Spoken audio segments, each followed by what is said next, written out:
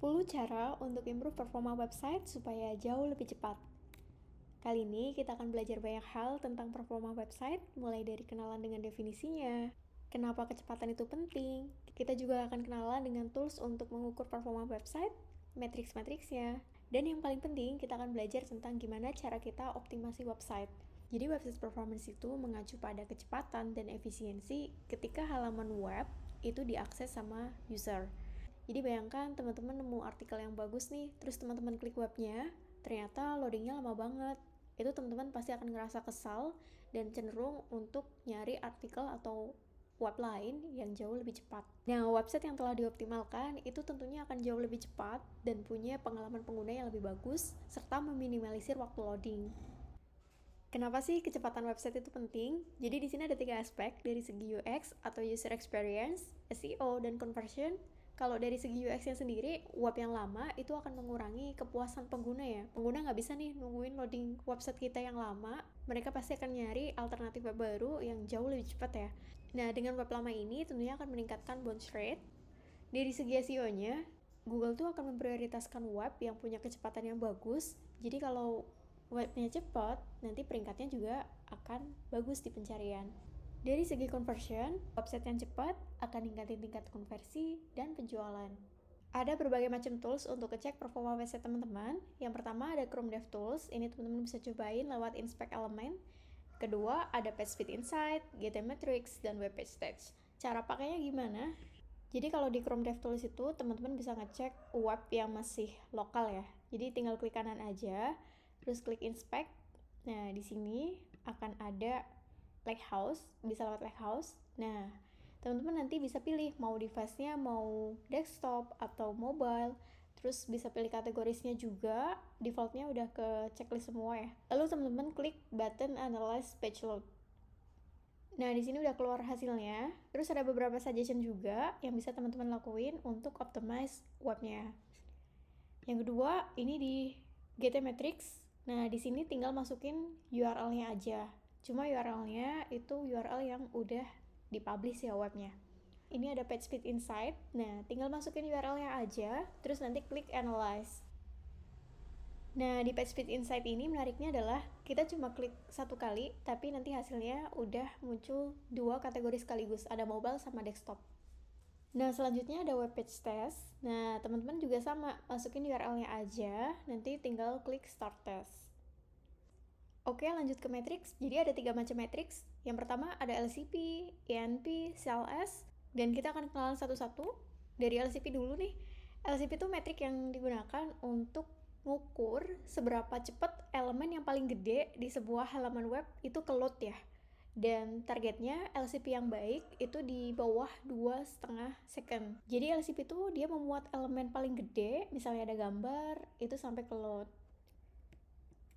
Nah, apa aja sih elemen yang perlu diperhatikan? Ada IMG, termasuk kayak PNG atau GIF file, SVG, video, elemen dengan background URL, terus ada block level element juga. Next, ada ENP. ENP ini Interaction to Next Pane. Ini gantinya FID, tapi ENP ini lebih ke mencerminkan responsivitas keseluruhan dari sebuah web.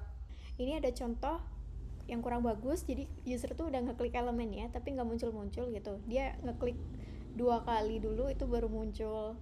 Nah, ini yang bagus, ketika user klik dia langsung muncul elemennya ya. Untuk target INP yang bagus itu di bawah 200 milisecond. Next ada CLS. CLS ini Cumulative Layout Shift. Jadi CLS itu relate ke ngukur stabilitas tata letak layar ya. Misalnya teman-teman di sini ada elemen-elemen tuh, terus teman-teman lagi baca ya, misalnya lagi baca artikel, terus pengen ngeklik like atau mungkin mau save artikelnya, terus tiba-tiba ada iklan muncul nih. Jadi ketika ada iklan, button like atau save yang mungkin teman-teman mau pencet itu jadi kegeser ke bawah. Nah, ini ada contoh lain juga. Ini misalnya teman-teman mau klik no go back, terus tiba-tiba ada alert muncul, jadi keklik submitting ordernya. Ini juga kurang bagus ya. Nah, target CLS yang baik itu di bawah 0,1. Nah, ini yang paling kita tunggu-tunggu. Setelah tadi kita belajar tentang definisi, matrix, tools, kita akan belajar tentang gimana caranya kita optimasi performa website kita supaya lebih cepat. Di sini aku nge-highlight 10 cara. Cara yang pertama tuh compress dan optimasi gambar. Jadi gambar tuh merupakan salah satu resource yang paling gede juga di sebuah halaman web. Kita bisa mengkompres lewat tiny PNG atau image optim. Dengan mengompres gambar, kita bisa reduce kurang lebih sampai 70% dari ukuran asli. Dan ini akan sangat hemat resource. Jadi selain kompres, teman-teman juga bisa implement format gambar modern, bisa seperti WebP, agar lebih ringan lagi, serta bisa implement lazy load juga.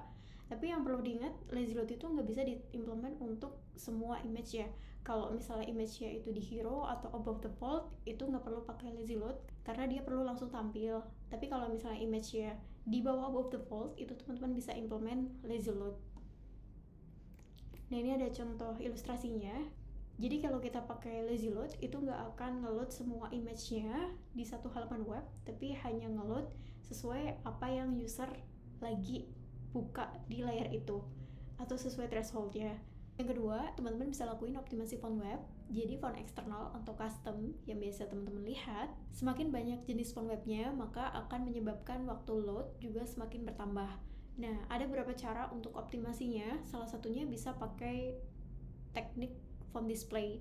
Nah, ada beberapa macam display, tapi yang paling common adalah font display swap. Font display swap itu apa? Jadi kita akan nyediain fallback di fontnya ketika halaman itu lagi loading, terus font customnya belum ke download, maka dia akan nampilin fallback fontnya atau font bawaan sistem yang mirip nih. Nah, begitu fontnya udah ke download, maka dia akan mengubah font default tadi jadi font custom. Terus ada font block. Nah, ini kalau block tuh dia akan nge-hide dulu nih font customnya sampai benar-benar udah ke download, baru dia akan tampil. Dan tapi ada maksimalnya sampai 3 second aja. Terus ada beberapa macam yang lain nih, ada fallback, optional, auto. Tapi yang paling common best practice itu pakai yang font display swap. Dan ini ada best practice-nya ya, yang bisa teman-teman lakuin. Yang pertama, teman-teman bisa preload critical fonts. Contoh critical fonts itu apa sih? Ini contoh fonts yang misalnya di load ada di section hero. Terus bisa juga gunakan yang tadi ya, font family display swap. Lalu bisa sediakan fallback yang mirip, gunakan format terbaru. Format terbaru yang sekarang tuh WOV2. Dan teman-teman bisa juga pakai subset font ya. Jadi ibaratnya kalau kita import dari Google Font, itu pasti satu bundle itu ada banyak banget subsetnya. Nah, teman-teman bisa copy subset yang sesuai aja. Subset itu macam-macam, ada X Latin, Latin, dan teman-teman biasanya bisa pakai yang Latin aja kalau misalnya mau pakai subset. Ada hal yang teman-teman bisa hindari nih. Pertama, itu jangan load terlalu banyak varian di font family-nya ya. Jadi cukup pakai yang seperlunya aja. Misalnya di halaman itu cuma perlu font weight regular sama bold, ya cukup pakai import yang regular sama bold aja, nggak perlu import semuanya. Kalau semuanya tuh bisa jadi ada regular, semi bold, bold, extra bold, black gitu-gitu. Jadi ada banyak banget. Lalu teman-teman juga gunakan font seperlunya ya, nggak usah ke semua elemen. Terus teman-teman juga nggak usah load font yang jarang dipakai, sama jangan lupa sediakan fallback. Fallback ini penting banget, karena kalau misalnya koneksi internet user itu kurang bagus, dia nggak akan bisa ngeload font customnya. Jadi makanya fallback ini dia akan ngeload font yang mirip dengan font custom. Next, nah di sini ada Google Font Optimization. Ini bawaan dari Google. Cara lama dia hanya ngimport URL-nya aja tanpa ada parameter-parameter tambahan seperti font weight-nya atau mungkin display-nya, itu nggak ada. Nah, cara yang baru yang lebih optimal ini dari Google tuh sekarang udah ada parameter tambahan seperti font weight-nya, terus ada display swap-nya juga. Nah, teman-teman bisa implement. Yang ketiga, itu bisa gunakan preloading dan prefetching. Bedanya apa sih antara preloading dan prefetching? Jadi preloading ini digunakan untuk mengakses resource penting yang priority-nya tinggi ya. Sementara prefetching itu untuk menyiapkan resource atau konten yang mungkin akan user digunakan di masa yang akan datang. Nah, ini contohnya ya. Jadi preload dulu. Preload itu kita ngasih tahu browser untuk segera memuat resource penting nih. Jadi yang tadi aku bilang itu priority-nya emang high dan dikhususkan untuk current page. Nah, ini contoh kayak Preload ini misalnya untuk section hero atau above the fold. Ini contohnya bisa berupa CSS atau font atau bahkan JavaScript juga. Dan preload ini digunakan untuk hal-hal yang kritis ya, yang mana butuh cepat. Nah, sedangkan prefetch itu menyarankan browser untuk muat resource buat digunakan user di future navigation. Kayak contohnya ya, oke, kita ngeload halaman example.com. Nah, di example.com tadi, nanti browser akan nyari nih, ada nggak yang pakai prefetch. Kalau misalnya ada yang pakai prefetch link, maka nanti browser akan ngedownload konten tadi dan akan disimpan ke dalam browser cache. Priority-nya ini low dan digunakan untuk future navigation. Misalnya teman-teman ada URL di web yang sekarang, terus teman-teman mau navigasi ke about page misalnya. Nah, ketika kita implement prefetch, begitu user klik halaman about tadi, itu nggak usah nunggu 3 detik atau beberapa detik gitu. Dia ketika diklik akan langsung munculin kontennya. Jadi ini akan membantu ningkatin user experience juga buat future navigation.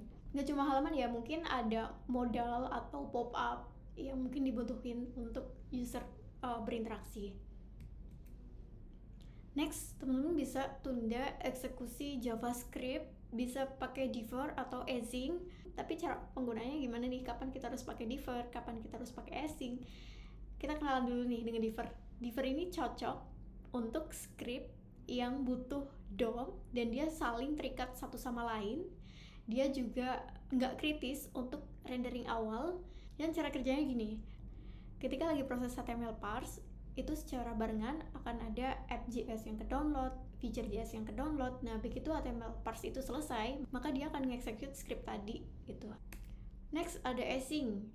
Async ini cocok untuk script yang tidak perlu akses DOM. Dia independen, gak bergantung satu sama lain. Ini contohnya, async itu cocok digunakan untuk case yang kayak analytic, ads, widget. Ini cocok banget, dan ini sintaksnya ya, script, async, src file js-nya apa. Terus cara kerjanya gimana nih? Nah, cara kerjanya itu dia nggak nunggu HTML parse selesai, dia akan download analytics.js, mungkin sama app.js juga. Kalau downloadnya udah selesai, dia akan langsung execute. Jadi dia paralel. Dan script execute-nya non-blocking. Next, ada minify code. Nah, minify code ini teknik yang common juga. Ini untuk mengurangi file code kita. Bisa file HTML, CSS, JavaScript. Ini hal-hal yang perlu dihapus ya, atau bisa dimodifikasi nih. Pertama itu komen-komen yang nggak digunain itu bisa dihapus, terus spasi atau line atau break yang tidak perlu. Terus ada juga nama variabel atau function yang panjangan, itu bisa lebih pendek lagi, terus bisa menggabungkan beberapa file jadi satu. Nah, ini contohnya ada beberapa baris code ya. Setelah di minify, dia akan jadi satu baris aja. Jadi benar-benar compact kodenya. Ada tools untuk minify code.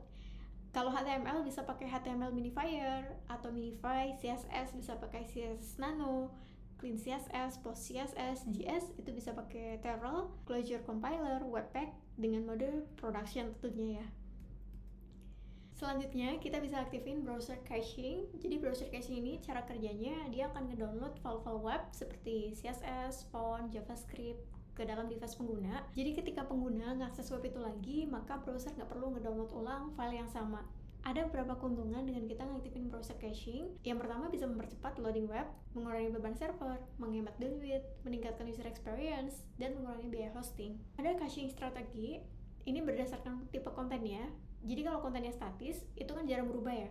Pasti max age-nya itu bisa di-set lebih lama, karena dia jarang berubah. Contoh seperti gambar, CSS, JS yang mungkin jarang berubah. Terus ada tipe yang semi dinamis, ini butuh API response, maka message-nya itu bisa dikurangin. 3600 ini setara seperti 1 jam. Kalau untuk data yang dinamis banget atau user specific data, itu bisa pakai case control, private, no case, dan must revalidate. Kalau kita udah ngaktifin caching, kita bisa implement CDN. Nah, cara kerja CDN ini, dia akan menyebarkan konten ke server yang terdekat dengan lokasi pengguna. Jadi pengguna bisa lebih cepat ya untuk mengakses konten website kita. Ada beberapa popular CDN services seperti Cloudflare, AWS CloudFront, Google Cloud CDN, Benny CDN. Contoh implementasi CDN, ini mungkin teman-teman udah familiar dan udah sering implementasi juga. Jadi kita cukup attach link CDN-nya ke dalam atribut HTML ya.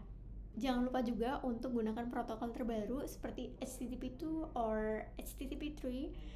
Protokol ini mempercepat pengiriman data dan dia bisa multiple file dalam satu koneksi ya.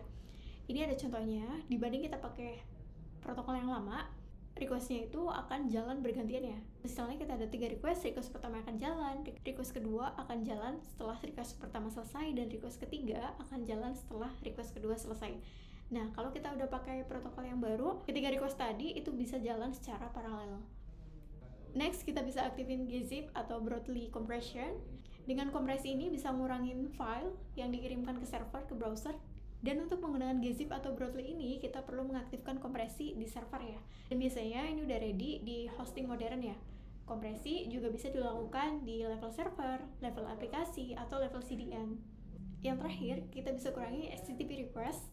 Semakin banyak request, semakin lambat juga loading webnya. Nah, gimana sih cara kita ngurangin HTTP request? Kita bisa combine file-file CSS untuk jadi satu ya. Terus bisa juga reduce plugin, hapus plugin-plugin yang emang nggak penting atau udah nggak dipakai lagi. Dan kita juga bisa minimize third party request atau batasi script eksternal untuk mengurangi keterlambatan. Oke, kita coba recap ya. Jadi ada 2 kategori nih, mudah untuk diimplement sama paling impactful untuk kita implement.